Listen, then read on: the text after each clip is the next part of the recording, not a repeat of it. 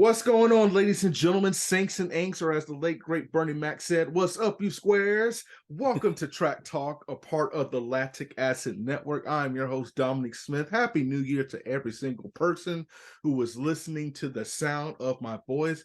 I hope you at least lasted 5 minutes into your New Year's resolution. If you haven't, just keep going.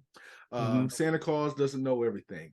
I have the ultimate baller shot caller. I call him the music man himself because he makes medleys like Billy Joel on the piano. The legend that is the member, I have to say it because I remember it from the last episode. He is the honorary member of the ESPN version of Men at Work, Brother John Anderson. What's going on, sir? How you doing? Good. I didn't make it 5 minutes into my resolutions because I don't do those because I have no willpower. Although I sat next to a person on the plane the other day and they were writing down their 2023 intentions. And I thought, oh, see, that sounds better. That way, if I didn't get to it, it's me, I intended to, but don't feel like I broke anything. But that's not me. But, 2023 is here. I'm ready to go.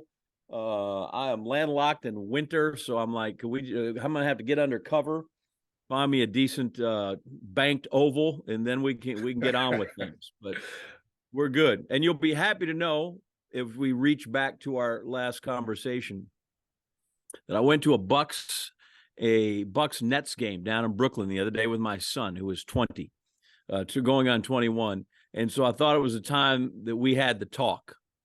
Okay. And so I explained to him that Teddy Pendergrass was the lead singer of Harold Melvin and the Blue Notes and not Harold Melvin. And we listened to that group the entire way back. And I feel like I've changed a life. I've changed the young man's life. What was the song that you were jamming to? We had all, you got What I Need is always nice. Golly, the title, I can just hear the melody. If you don't know me. Oh, yeah. Wake up, everybody. Gather up, wake up, everybody. That was the one we played about 4 times. Wake up, everybody. Wake up. The world won't get no better. Yeah. It's so good. It's so funny. The song that I sang right after, everybody knows I love me, my Buckeyes, and I was hurt when literally the ball dropped onto the opposite side of the field when 11:59 hit midnight. The song that immediately came to my mind and I started singing? I Hate Everybody. Is there a song called I Hate Everybody? That was one. What's the opposite of We Are the World? Is what it was. I Hate Everybody. That was me because I was so hurt. Yeah. But no, it was Bad Luck. Bad luck. That's what you got. That's what you got. Yeah, that was good. Man, that is a legendary group, and they do not get the respect they deserve, similarly to the sport of track and field. There you go. And now I'm very inspired. I have like a crap load of songs on my iPod of Harold Melvin and the Blue Notes and Teddy Pendergrass when he left. So legends. But it is one of the great misnomers of the world is that everybody thinks, oh, well, that's got to be Harold Melvin. It's not. Harold was just smart with the marketing because our man TP was out front. People don't realize that Anita Baker was in the group before she went solo. Luther Vandross was in the group before he went solo. And Teddy Pendergrass was the group before he went solo. So that's just kind of how it is. Let me ask you. By the way, my best friend from college, every time I talk to him, which is frequently, at the end, I always end it by going, "Are you still dating Anita Baker?" I don't know why. And it's been that way since we were in college in the 80s. It's always like, now, how are you, Anita? You guys still together? What's up with that? I don't know where it came from. Oh, my God. Oh, well. Yeah. For a while, it looked like he was going to move on to Sade, but he did not. He stayed with Anita Baker. Sade's None of this has to do with track and field, by the way. I apologize for just. It's okay. In a sport that does nothing at all but turn left, we just somehow we turned right and we are all out of lane 9 and we're just wandering around underneath the stadium somewhere. Hey, listen, the best races come in lane 8 and lane 9. Shout out to my dog Wade Van Niekerk in 2016. Yes. Who would be the Teddy Pendergrass of track and field? He just drives the ladies crazy. or just drive the people or crazy. just in terms of he's just got some soul and you'd like to hear him? The electricity. I would say probably, in my opinion, it would be either Curly or Noah Lyles. Yeah, professionally, yeah, Noah Lyles has got some charisma with him for sure. Holloway, and I, because I was just with him at the Bowerman. Grant's got charisma to spare and a smile, and I don't know that he probably ever. Grant, if you're watching, I love Katie, his gal that played softball there, but my guess is he would never have to. He wouldn't be out of work long if it came that he needed to find a gal. There's a few of them out there. I don't know. Kyle Garland, in college track and field, every time I see him, like, dude, if I look like you, I would never wear a shirt, ever. Listen, Kyle, Ohio State needs some linebackers. So if you just don't feel, if you feel the need to. Plus, he's a musician. He plays like 6 or 7 instruments too. So that could be our guy right there. Grant Holloway reminds me. He has that smooth nature of Isaac Hayes. That's he doesn't have that bit. He doesn't have that baritone. He doesn't have that bass. He can't get down there. No, every morning when I rise, baby. Oh man, that's the legend. He's Grant is Isaac Hayes without the Scientology. But to college track and field, man. You literally start and you finish college track and field with the Bowerman. But I wanted to start off with this hot take. I think they did the athletes a disservice at the Bowerman. In what way? There should have been more than 3 finalists there. I feel like you have to do it like the Heisman. Because there are so many people who had remarkable seasons that got left out. Mm-hmm. So we got Anna Hall, Abby Steiner, and who's the third? Cameron Rogers. Cameron Rogers. Yep. So Adelaide Aquila balled out again in the shot put at Ohio State. What about Ohio State? Yes, OH. What about Britton Wilson? She's terrific, right? And you haven't even gotten to the one that caused the most controversy yet. Well, Jasmine Moore should have been there. Like, let's just cut the crap out. So, right? Go ahead. No, listen, my phone blew up when they came out, and I tell you the same thing. First off, kind of like the playoff, it should be hard to get in. Yes. So I like that there are 3 finalists, and I think it should stay at 3. I don't think that we should accordion it, because if you'd have put in Jasmine Moore, let's say she's 4, and we're going to put in the thrower from Oz. Okay, well, there's 5. Then I'm going to go with the sprinter at Texas. Philly. Pardon me? Philly.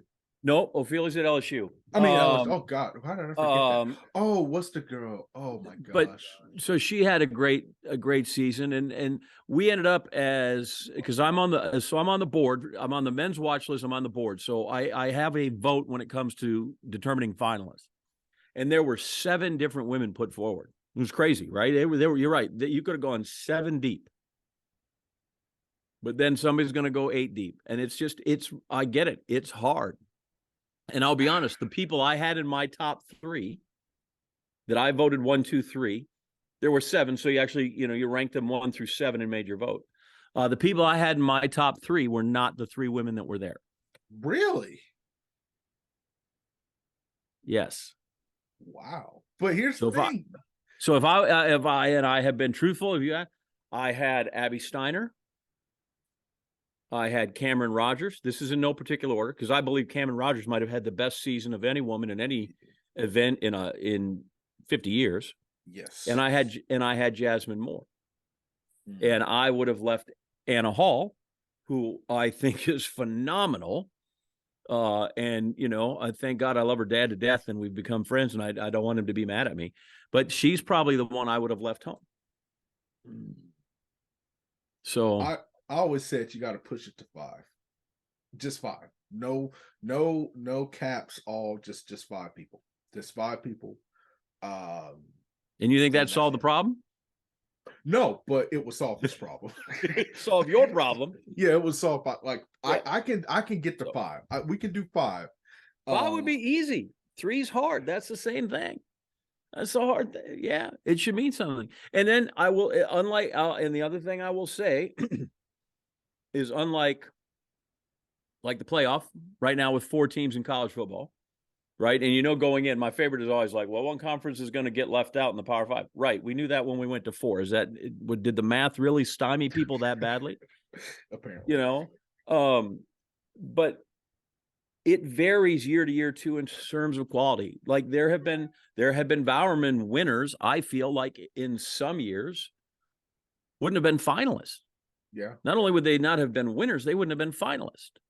And then some years, this is how it breaks. And you're like, okay, sometimes it's deeper than others. Sometimes you have 3 good finalists in a really kind of clear cut person to win. And so it's not supposed to be easy.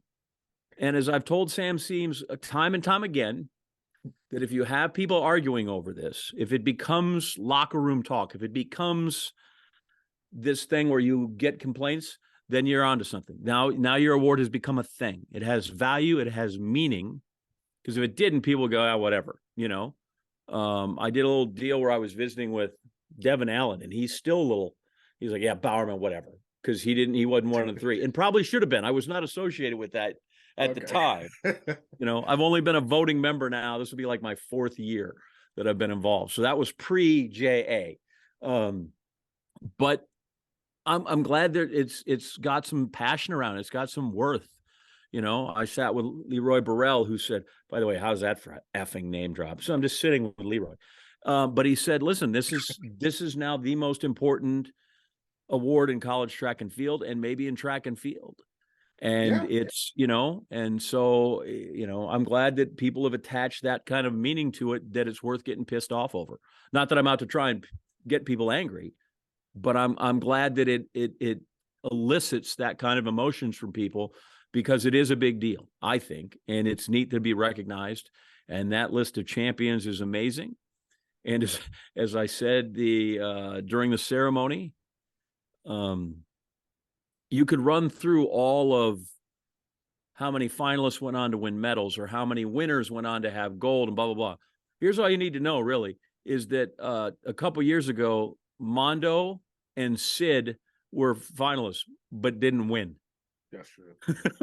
That's true. And nobody was mad, right? Like nobody felt like they got ripped off. But think about that. Sid McLaughlin, finalists. Mondo, the 2 people that were the World Athletics Track and Field Athletes of the Year this year, they were also Bowerman finalists, didn't win. And Sid was the runner-up for the AP Athlete of the Year, right behind Katie Ledecky. Yeah, that's crazy. Sid ran like 52.8 or some crap like that, and still, her thing was just ridiculous. And then I watched the GQ thing, and she said that she has to squint because her vision is not the best. She doesn't wear contacts or whatever, so she has to squint as she gets close to the hurdle just to make sure that she's jumping right. I'm like, listen, y'all better hope she doesn't have LASIK. Wow. Did you see her wedding pictures? Yeah, I remember that. I saw them again. Like it was this whole spread. I was like, listen, I have to level up in my life just to get it was fantastic. It was phenomenal. Yeah. Okay. So then I've told you that before then. The one where I said again. I'd marry either one of those people. I looked at the wedding picture and I thought that might be the best looking couple ever. I don't care. Like if I had the 2nd draft pick, I'm like, I'm good with whoever's left. I'm fine. That's how, they're just phenomenal folks. Oh my gosh. Now I don't know if I want the 2nd draft pick. You got to trade up, dude. Well, I'm not saying we wouldn't try and negotiate. I'm just saying if I got left to the 2nd pick, I wouldn't be the worst thing. Hey, listen, whoever that photographer is, listen, if you need a test dummy, please hit me up. There you go. Like that's what we'll do. I need some headshots. But man, January, track and field is here. College track and field is here. First meet is in about a week or 2, if I'm not mistaken. We are in the they kind of some people stole like a 3K. Some of the distance runners like to steal that early one. They go to Boston or somewhere to try to put a time down. Yeah, off their cross country fitness, but the whole circus starts here this month. and it's too cold for that for me personally. But it's here. What are you most excited about this? Just generally this track and field season. Team wise, I'm excited to see, and with full disclosure, my son goes to school at the University of Arkansas and works for Coach Bucknam on that team, but I'm anxious to see kind of a newly engineered Arkansas team that I think could compete for the national championship and is not completely kind of distance heavy. I feel like they have all the long jumpers in the world there now with the transfer of Pinnock and Kerry McLeod from Tennessee, in addition to the guys they had. They've got some throwers. So, and they got a couple of hurdlers. So I think they're going to be built a little different. So I'll be curious to see how that turns out for them. I think they'll be really good. We touched on him. So maybe subliminally, I was thinking that. I think the Maltese thing is going to be cuckoo between Aiden Owens-Delarme, Garland, and then coming back as Johannes Erm, his teammate in Georgia. So you're going to have, don't get caught up in just those two. There's a third guy in there, spaghetti legs or whatever he calls himself. Erm, that guy can be a monster too. He could ball. So those three will be, that's going to be kind of fun to watch. And then, and again, maybe this is left over from sort of the cross country season, but I think that Charlie Hicks, Nico Young, Alex Mayer, in the longer distances, I think those three guys are going to wrestle. I think those guys are going to beat each other up, which will be exciting. And then as always, we'll see what kind of changes the programs have in some of these places where Leroy Burrell taking over to Auburn and how that works out, and kind of what happens at Tennessee in the wake of all that's happened with Dwayne Ross and Randolph. And then Oregon is of interest as well, right? To see what is Jerry Schumacher cooked up while he's knows how to do the distances. I mean, he's kept the right assistants, but still you've got, and bringing in Blue for the field events, but he's still a distance guy and he's still got his Bowerman track club. And so I'm anxious to kind of see what the Ducks, if they look like the Ducks we always know, they've had some losses there. We'll have to wait and see. I don't know if you saw, right? They stole Solinsky out of Florida. Yep. So he went over there to be a Duck because he's Jerry's guy, right? He's Jerry's ultimate project when he was at Wisconsin. So shout out to all the people from Wisconsin. God bless. So those are a couple of those are things that are sort of on the radar. The multi guys, some of the coaching changes. I love, like you said, I love what's sitting out there at the distance. And then I love that all the fast people are named Favor Ophelia and Favor Ashe. I think, that's amazing. So in the spirit of the recently passed holidays and Christmas, I have found favor with these people. I hope they find favor with me. I like that. Hey, well, especially because my boy Favor Ashe last year at the SEC dropped a curse word right there. Do you remember? He just I do. said it out. I'm like, dang. That's the emotion. That's the Richard Sherman kind of Michael Crabtree. I got away with it because I thought maybe the African accent was thick enough that I didn't hear what I thought I heard. And then afterwards, when Beth Sullivan said, "Thanks for not airing out my guy," I thought, well, then he did say what I thought he said. But you can't replace passion. I was talking with a club coach recently, and we were kind of going through. I think, listen, I know Coach Burrell is at Auburn, and I do think Auburn can make some noise because they do have some pieces on that team. Mm-hmm. I think Houston is still a team that people need to keep an eye on. Yeah. The relay, the person who should be the relay coach for Team USA, and Carl Lewis. I think they have pieces coming back. I cannot get his last name for the Maswangani, Sean Maswangani. Yeah. South African. Yep. I think he's going to come back with a vengeance. I made a hot take, and I guess I'll save it for later because I'm going to stand, as the kids would say, 10 toes down on that take. But I'm excited for Houston. I'm really looking forward, and I made this comment. Obviously, Florida, they have the Avengers. On the women's team, you know, you get all these. We talk about Texas A&M and all these teams and football when it comes to the portal. Obviously, what Oregon is doing, even if it is tampering, but what Holloway did in that portal was insane to what they already have coming back. Like Talitha Diggs is coming back. Jasmine Moore is back. And then Claire Bryant is not as if she's not an All-American. I think they're going to be very difficult, very, very difficult to beat on both the men's and the women's side.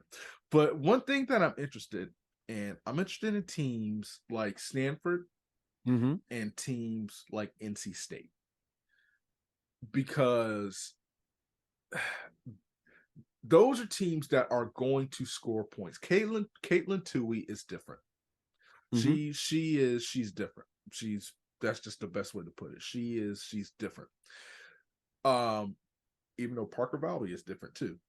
And so that's just going to be a fun matchup. But there's legitimately 40 points. There's 80 points in two events potentially. Well, I won't say 80 points, but there's a high chance, my math is off, but there's a lot of points in the 5K, the 10K, and the 1500. I threw this scenario out. Can those distances, can they put together something where they make enough noise and they just get just find points somewhere, whether it's in the field or in one of the sprints, where they can really, you know, you look I think up you could sneak away with that some, I think, indoors. I thought a few years ago that Northern Arizona was maybe going to steal an indoor title kind of that way. If you have one position group, listen, Dwayne Ross at NCAA almost did it last year indoors, which is his sprint crew. So you can kind of do it that way. I think outdoor you can't, and part of that is because you talk about all those points to be had, but I don't think you can run somebody 15 steeple, 5 and 10. You know, now listen, North Carolina State's got, like you said, they've got some ballers that can play there, but that's a lot of group to cover. Whereas indoor, if I can go 15, 3, 5, maybe a DMR leg, I can maybe play that around a little different with my distance crew and do some of that. But by the way, last year at indoor, after it was done, I saw Nico Young and I saw Bosley and I saw Abdi Noor warming down, and I offered to be the 400-meter guy on their DMR, and they turned me down. Turn me down, flat out. Don't need you, Anderson. So then I saw their coach, and I said, just so you know, your guys are jerks. Yes. And then they came around. They were like, okay, I guess you can run. I'm like, it's too late. It's too late. I'm going to go find somebody else. I'm going to go find Stanford or somebody else. But yeah. So, I mean, I thought we could have been dynamite. He hit the transfer portal. Listen, he could have. That's NAU. That was the Teddy Pendergrass, the Harold Melvin, and the Blue Notes. Like you said no to Teddy Pendergrass. I'm just saying they turned me down. But so I think you can do in some of those places, but I don't know in all of them. Yeah, and Mouse, Holloway, and listen, I really don't think, because I get there are people talking and there's tampering and some of those things, right? The community in track and field is such, and the teams are like, just everybody kind of knows everybody. It's a much friendlier deal. I don't know that Mouse has to recruit that hard to the culture he has. Oh, no. Right? I think people kind of surrender on the spot if they get a chance when they come through. Now, listen, Arkansas went portal crazy this year, and clearly in winning their first women's titles last year in Florida, they benefited greatly because Jasmine and Anna came over from Georgia. But that's the same thing. Listen, there was a coaching change, and if your Anna Hall makes perfect sense, right? You lose Petros, who is the ultimate multi-coach, and you get Carol Smith Gilbert, who's terrific if you're running 400s and 200s and whatever. And I think that shows and will continue to show with how maybe Bowling runs this year and Elijah Godwin. But you know, they went to a place where coaching wise they went through there. So I saw him again at the Bowerman too, and I asked him, I said, because Anna was there, and I said, but I feel like I don't have to feel sorry for you this year. And he's like, no, you don't have to feel sorry for me. We'll be okay. So, by the way, there's a picture, if you haven't seen, that Florida put out like when you read a resume, right? Let's say you're reading Mike Holloway's resume and it says he's won, this many, he's won because they've been like first or second in the last 10 of the last 11, something ridiculous. And you read it in a resume just on a printed page and you go, oh, okay. But there's a picture of him sitting with all these trophies. I don't know if you've seen it. With all the other coaches? No, it's just him and the trophies. There is one with the coaches later, but it's just him and all the trophies. And you're like, wow, that's really like that makes a huge impact, right? Like it's one thing to read it on my sheet of paper, like, oh, here he is, he's got these, and it's just lines. And then to see all the hardware around him, and he's sitting there, he's very calm. He's just looking straight ahead like this. And I told him, I said, if it had been me, I'd have been like, it's just like, what's that picture of Bill Russell with all the rings and everything? Same kind of thing. Yes. Oh, that would have been mean. Listen, but yeah, if you can find it somewhere, I'll send it to you if you haven't seen it. It's great. It's just here's Mike, and it's all these trophies. You're like, damn. I would have had the phone like this and them taking a picture of me taking a selfie with all the trophies. That would have been my screen saver. So we don't have to feel sorry for him. And all those other teams, they'll manage to find people, A&M will manage. Somehow, I guarantee you, when the gun goes off, A&M will have 4 dudes that can run the quarter. Oh, yeah. And right. And you're like, I don't know where they find them, but they just ran sub 303 and closer to 3 minutes. I cannot think of that kid's name from Kentucky that transferred to Arkansas. Oh boy, Lance Lang. I think St. Louis kid. I think he's going to have a really good season. I think he just needed a fresh start, but people forget. I think it was his freshman year or whatever at Kentucky. He was a baller. Yep. Listen, he was in the thick of things. Made nationals in there. So we'll wait and see. I think. But by the way, don't feel sorry for Lonnie Green either, because he's got people. Listen. They're legit. They're legit, and he may have lost. Abby's great. He lost Alexis Holmes, Lance. But he'll, as he says, I got my babies. He got babies. Listen, he's got people who can run. If you saw that recruiting class and who they have coming back, listen, Kentucky. I don't want to say Kentucky's coming. Kentucky is here. Yeah. Don't need to feel bad for him either. No, this is going to be. I'm really looking forward to the track and field season. But the reason I brought up NC State, with the distance, but then they need 1 or 2 more people. Obviously, a thrower needs to pop off, or like I said, if they have a hurdler or a short sprinter or whatever, somebody. Yeah. Because that was the formula years ago that Oregon used. Remember, they would load up in the 10K and the 5K, and then they would have a hurdler or a sprinter or just 1 or 2 people that just got them 5 points, or a relay that got them some points. And so that was the chain of thought behind that. Maybe NC State could do that. Will they? I don't know, but that's like, and Stanford has such an impressive squad. Like you talk about, Whitaker and Willis and just the things that they're going to do. That recruiting class that they brought in, man, they have a young girl from Miami who I covered. Let me tell you something. She's not mondo jumping, but she is. And I forget, is the Wisconsin gal from Stevens Point there this year, or is she a senior in high school? I'll have to look it up. She's really good. 400, 800 gal. She's Stevens there. Point, Wisconsin. SPASH, Stevens Point Area Senior Hall. Yeah, she is. That's Rosen Willis. So she's but so she's she'll be curious to see what she's going to come up with. So, by the way, that you want to track power in high school. How about those people at SPASH? Susie Favor, Chris Zielinski, this gal. By the way, if you need a hockey player, throw in. I think Joe Pavelski went there. The place is crazy. You have to be like tougher than hen's teeth to run in Wisconsin. Because I especially running distance in those cold. What's her name? I don't know.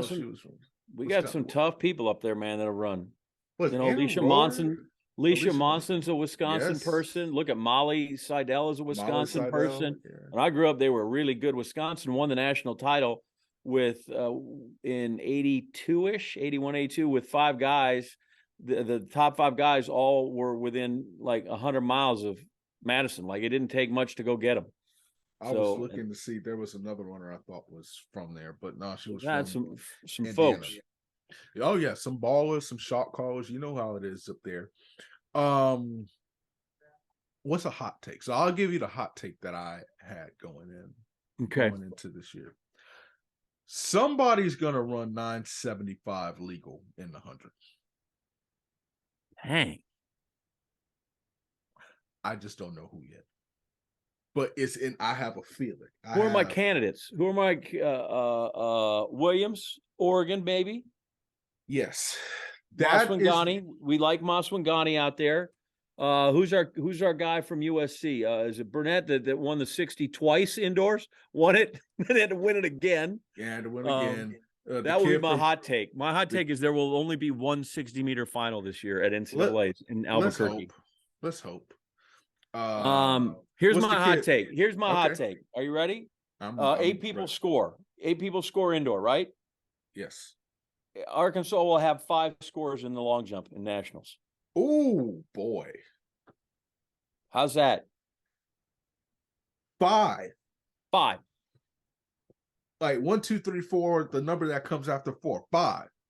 Total. Yes. Not 1 through 5, but they'll be, they're gonna score 5 of the 8 places. If you do that, then you need to play Mega Millions. If they do that, I'm not kidding you. You need to go where you are and play Mega Millions. If they have 5, then just give them the trophy. I don't know about that, but it'd be a lot of points.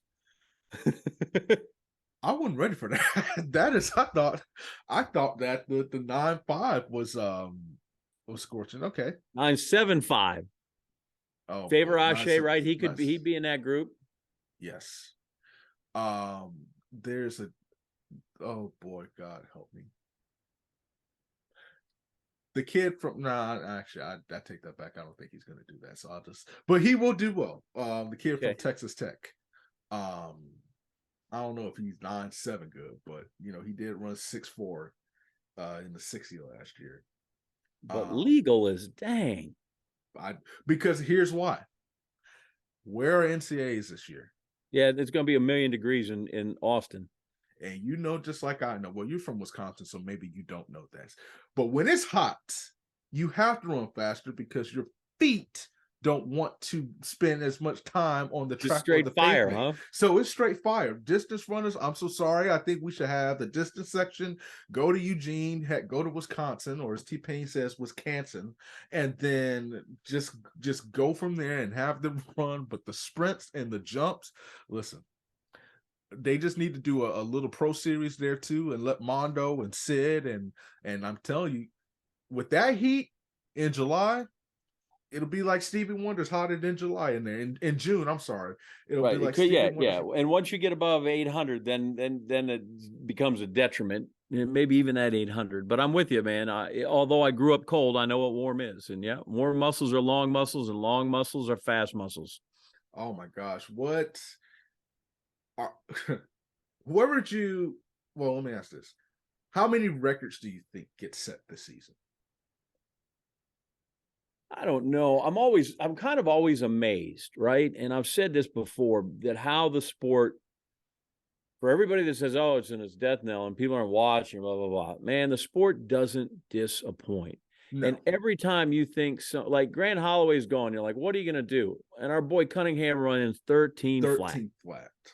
And you're like, okay, how Kimberlyn Duncan, who I just saw and might be the most lovely woman in the world. You're like, how are you going to get better than Kimberlyn Duncan?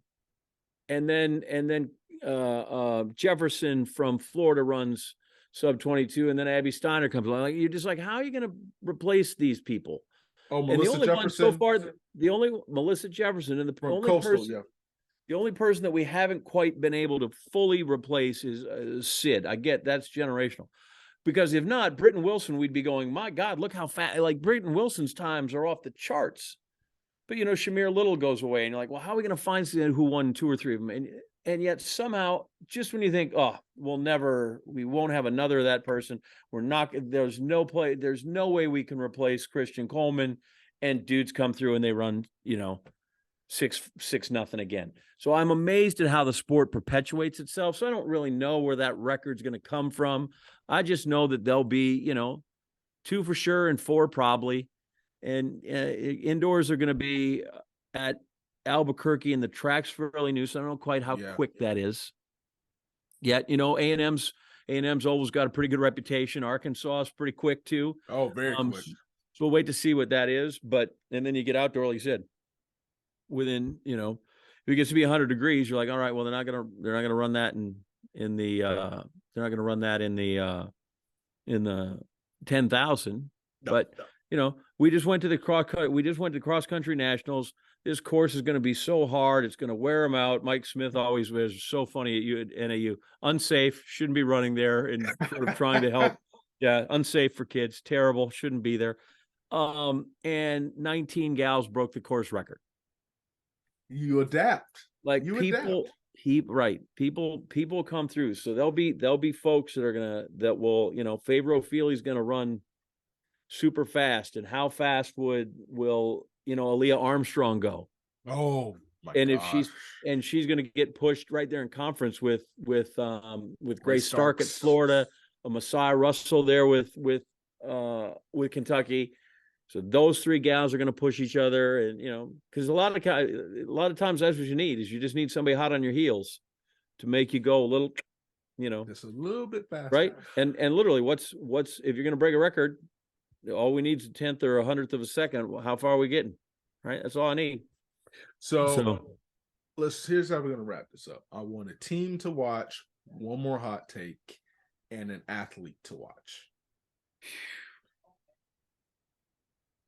Me, because we've touched on them, right? So I don't know where to go. I'm trying to go off the board. But when I say a team to watch, I'm talking about like an under the radar squad. Yeah. I get it. So I'll help you out. I'll go first, and I will give Teddy Pendergrass Anderson the last word. So that's what we'll do. I think a team to watch is USC, because they have some impressive freshmen coming in. Mm-hmm. They have some talent in the sprints. They have a lot of talent in the sprints. Yeah, and I think that they can make some noise. Hot take. Mm-hmm.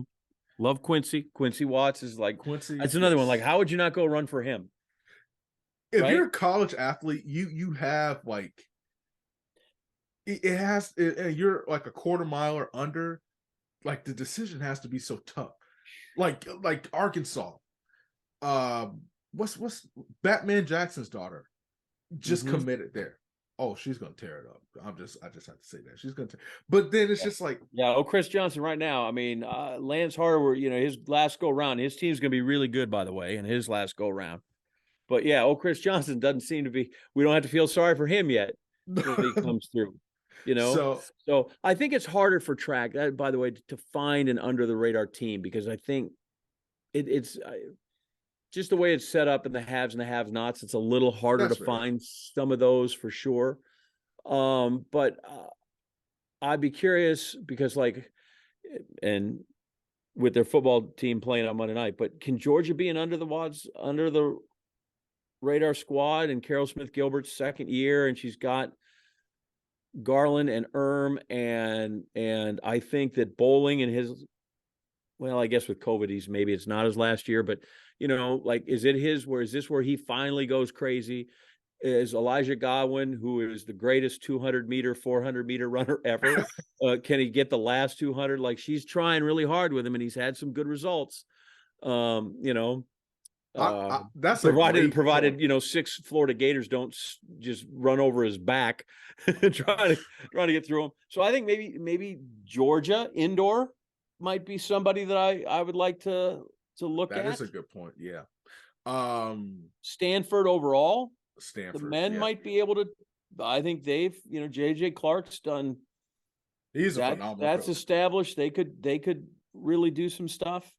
I think the women can too, man. I'm telling you, they have some freshmen on that team. Yeah. That if you blink twice, they jumped over. Yeah. And they ran and then players to watch. I do think that, although with the 10, and I keep coming back to this, but with 10 events, it can, it's hard to. There's a lot of room in there for things to go sideways, but I do think the 3 multi guys are going to push each other like crazy when they get together. I'll be curious to see how they're used. Yeah. You know, because Arkansas at some point might, where do you're only going to give them so many decks, right? But you can take where Garland's kind of good like you could put Garland in the open high jump, which seems odd as big as he is, right? But he could win. He could probably make nationals in there. I don't know if he can win, but he can make nationals. I mean, Aiden Owen ran 45.07. Yeah. And that was at the end of the day. Like, that's stupid. So if they need a leg, how do you work him out of there? So those guys are all really amazing. I think then I'm with you. I think Tui will be really kind of fun to watch in both when she runs and then how Coach Hennis chooses to use her and where. Right? You don't need to run her every day. No. But it'll be curious to see how they use her. But I think she's going to be one that will be spectacular to watch. And now it'll be kind of curious to see how Valby does, because boom, your coach is gone like that with Solinsky leaving. So that becomes, who's going to get in there and get her trust, because you know how that is. That's so much of that is trust with, am I doing the right thing? And she is, they've had to treat her, I don't want to say with kid gloves. They do with what works, but she's not a high mileage person, and she trains in so many cross trains and does so many other different things. So, how do you handle her? And I don't think Chris will be proprietary with that information. I think he probably wants best for her. And so whoever takes over, I think he will share liberally with the information and how best to get the best out of her. But hopefully that's not, too much. And then let's just watch for our NCAA champ at cross country and Charlie Hicks, because that guy's just not only can he go, but he's just a fun dude, man. And I'm all in favor of fun dudes, right? I liked Abdi Noor because he was a fun dude. I'm in on those. Grant's great. Why? Because he's Holloway, because he smiles. And like, I like those people that the joy of competing shows and comes out of them. When it happens. I will say, for me, the athlete let me get this hot take. And so this may answer my question of 975. And you're going to think I'm absolutely insane when I say this. I think Matthew Bowen doubles into 1 and a 2. Listen, that would not blow me over with a feather, right? Like, if he can get it together. If he can get it together. I love that guy. And I feel like every time I see him in a big meet, he looks like he is just pulling a wagon full of bricks. Yeah. And I'm like, dude, if you could just relax and open it up and let it go, then yeah, I think he could, and then run a nice strong leg in a 4x4 too. I'm with you. I wouldn't be surprised. He's got that in him. He's just, if we could somehow he just seems burdened, and I get it. They went to Albuquerque and looked like they could win, but they were going to win if he could come up big in the 60, and if he could win the 200, not get DQ'd, and if he could get a long jump point, and I think he feels that weight. I mean, he just seems like he's such a good kid. He's so internalized that, where if you just want to go, if you can free your mind and compete, it's the old thing that coach at Missouri, Coach Rick McGuire, who coached the men's and women's team for 25 years and the women's team for 32 or whatever it was. He always used to say, work hard, but you got to try easy. Yeah. And I have no doubt he works hard. It's just, can we get him to try easy when the time comes? But yeah, that wouldn't throw me. 975 would still do that. But him winning and being sub 10 wouldn't. I had a coach say, just run or compete unconstipated. like that. And yeah, I think, and part of that is just, there's so much pressure that was on him, because it's like everybody thought he was going to come in and ball out, and we take away that, things take time. People take time to develop. And he did. He was good. He just, he just didn't win everything all the time. And then COVID got in the way. And let's face it, he carries a lot of eyeballs with him because he's the unique kid that's the white sprinter. So he's got some carnival attraction to him too, which makes that hard. when you know everybody stares at you and some of those things. So he if he could just, I feel like, yeah, if they could unburden him some, and I know that's what Carol has worked really hard with him to free him up and let him go. Yeah, well, the 1-2 thing is not, like I said, I wouldn't come back to you later and go, well, that was, you know. So I get that it's a hot take, but I don't know that it would be a super shocker. It's not a scorching hot take. I think the ability's there. Last athlete to watch, Renaya Jones. She is a hurdler from UCF. And you know it just like I know it. I'm not saying she's going to win, but she did come in second place a couple years ago. DQ'd last year. Listen, the talent's there. The experience is there. Coach Dana has done a great job down here in Orlando at UCF. They've always had some great sprinters down here at UCF.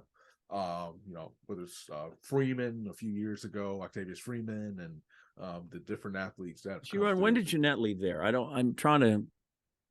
When did she leave? Who?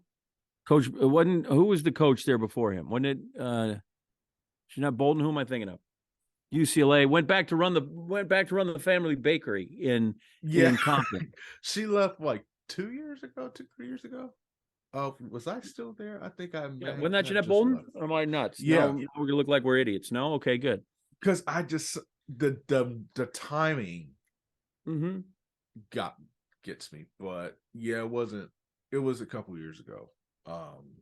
So I do think that Coach Dana is a great coach, and I think that she can make some noise. She can definitely make some noise. So I'm gonna give you this. You gave me your one athlete. I'm gonna give you here's the Bowerman list. I put out my preseason. Here are my votes. Okay. Number 10 was Turner Washington. Okay. Who a year ago was my number 1 coming off his double. But he's gonna have to deal with some people, right? Like Nicholas Alekna there at Cal. Yeah. He can chuck that frisbee. Williams at Oregon's my 9. Garland's 8. Nico Young 7. Bowling 6. Alekna there, Cal 5. Then Wayne Pinnock 4. Aiden Owens is 2. Charlie Hicks I have 1. I left him out at 3 because we haven't talked about him, and it's too bad we missed. You want somebody to watch? My man Squirrel Burrell is going to be hot right from the beginning. Last year he got hurt, and it took him a while, and he ran horrible times, but he kind of knocked a little half second off, and he was kind of there and faded late at SECs. But lo and behold, Squirrel was there at the end of NCAA, so he's on my top 3. And I feel like I just realized that we can't do Squirrel dirty like that. How did I forget Squirrel? Our bad. That's crazy. So I think Squirrel Burrell is going to be fun to watch too. I think if he's got a full thing, and by the way, even if he's hurt and can't, I don't feel bad because then I know he's just fishing, and that brings joy to the man's heart when he's just got a line in the water. Then he is happy. But yeah, so I think we should be lookout on a full. He indoor he'll run some things, but when we get to March, I'm on a full on squirrel alert. It's squirrel season. I like that. I cannot wait to use this clip as the preview clip. So when they're gonna come after me. It's like, you stupid. So it's like, I didn't do it. The guy who voted, like, don't piss John off. He can vote you out. Here he is. And then because I love him, he's going to get there. He had to cut off his dreads because he joined the fraternity. So he's going to come across the line again. He's going to drop the cue, and the place is going to go crazy in Austin. Nuts. He's going to throw it up the hooks, and it's going to go nuts. Oh my gosh, I have to be there, man. I got to be there for that. I have to see. We have to do an Instagram live on that. Just I'm there. Just do it. Man. Can I leave you with that? Can I tell you my Q Dog story, and then I'll leave? This would be great. I come from Wisconsin, where I had one African American young woman in my whole class. So the whole world has opened up to me when I go to college. Like I was just dumb and sheltered. Not only do I have African American teammates, I had a bagel for the first time in college. Like think about the dumbest guy you know. So we had a guy on our team, Albert Lane.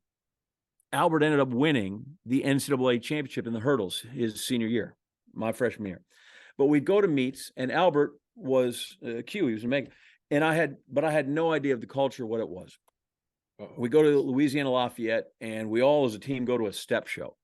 That was an awakening one for me. I'm like, oh my gosh, this is crazy. And every time I see a Kappa, I'm like, where's your cane? And I got the whole thing.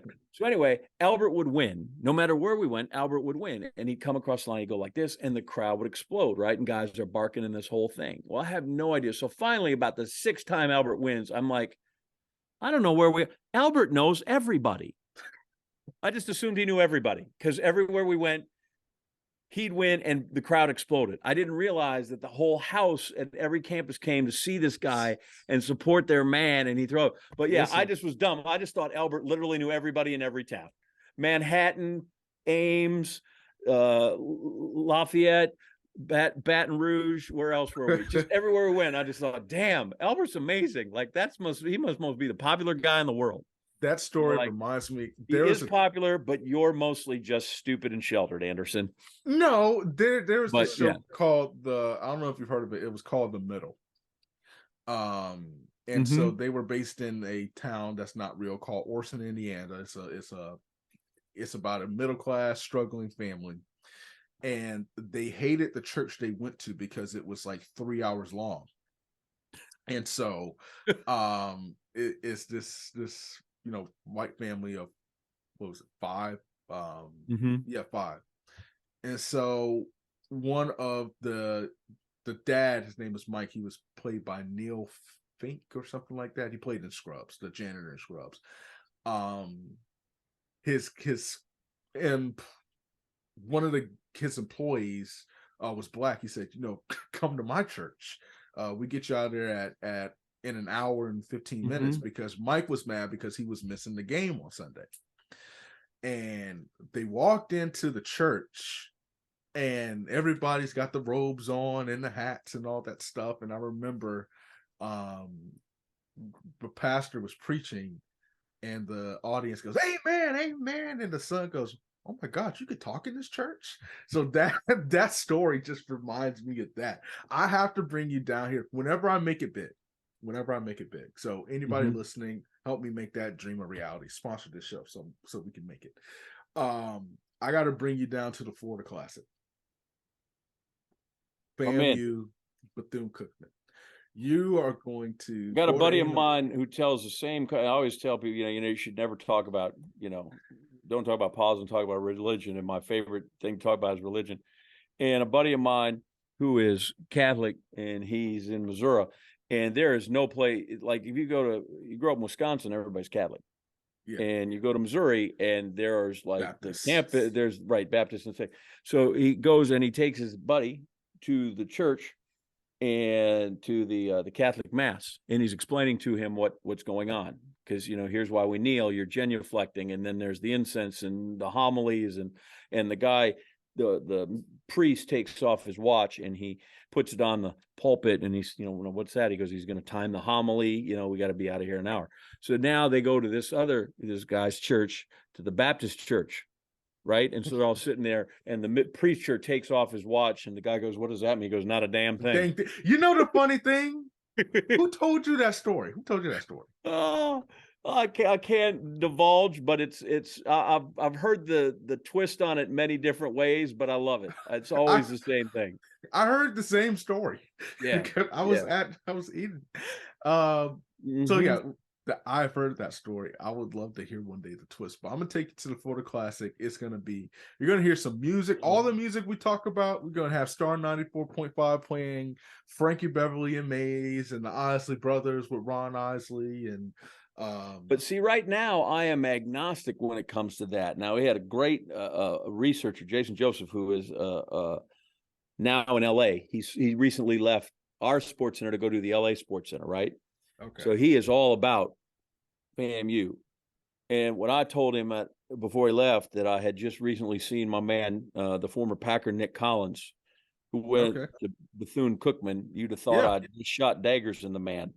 So I felt bad. So I want to stay above the fray. I don't want to be, I don't want to choose one side or the other in this thing. Here's the beautiful thing. You don't have to, because you just need to wear what you have on. I will. As long as it's clear it's not Michigan, so I don't piss you off. As long as it's clear, Because I kind of came on like this, and you were like, "All right, what are you doing to me?" Yeah, I was like, what is this maize and blue nonsense you have on? Like, you know better. So just wear that.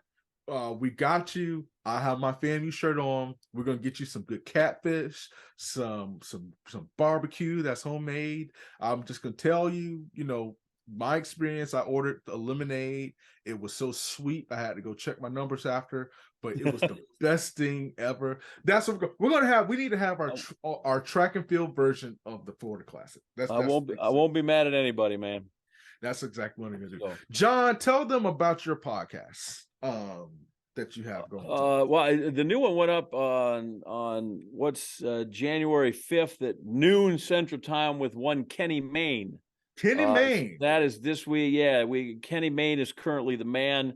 And I feel like anything that starts with, well, we couldn't get Brett Favre to walk around in Wisconsin naked in the winter, is a story that people need to hear. Like as the opening line of, Brett Favre. We couldn't get Brett Favre to walk around naked in Green Bay in winter is a great place to start. Inside Wisconsin, it's look it up on the Inside Wisconsin pages on Twitter, and then you can find it on YouTube.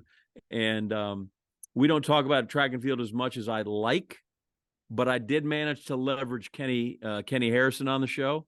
Hey, still the Olympic record holder in the triple jump, and we managed to get my boy. Look, I got Zach Zymick's number from Worlds. That's his number from Worlds. Is there? Oh, but. Is there, and we had he and Kenny Bednarik on as well. On there.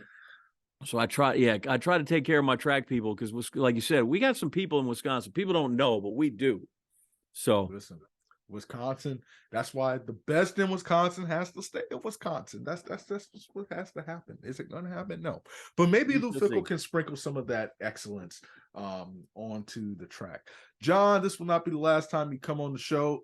For those who enjoyed listening to R&B song selections, please go view our first episode where we broke out into some jams. John showed his Fred Curly poster where he looked like Cisco.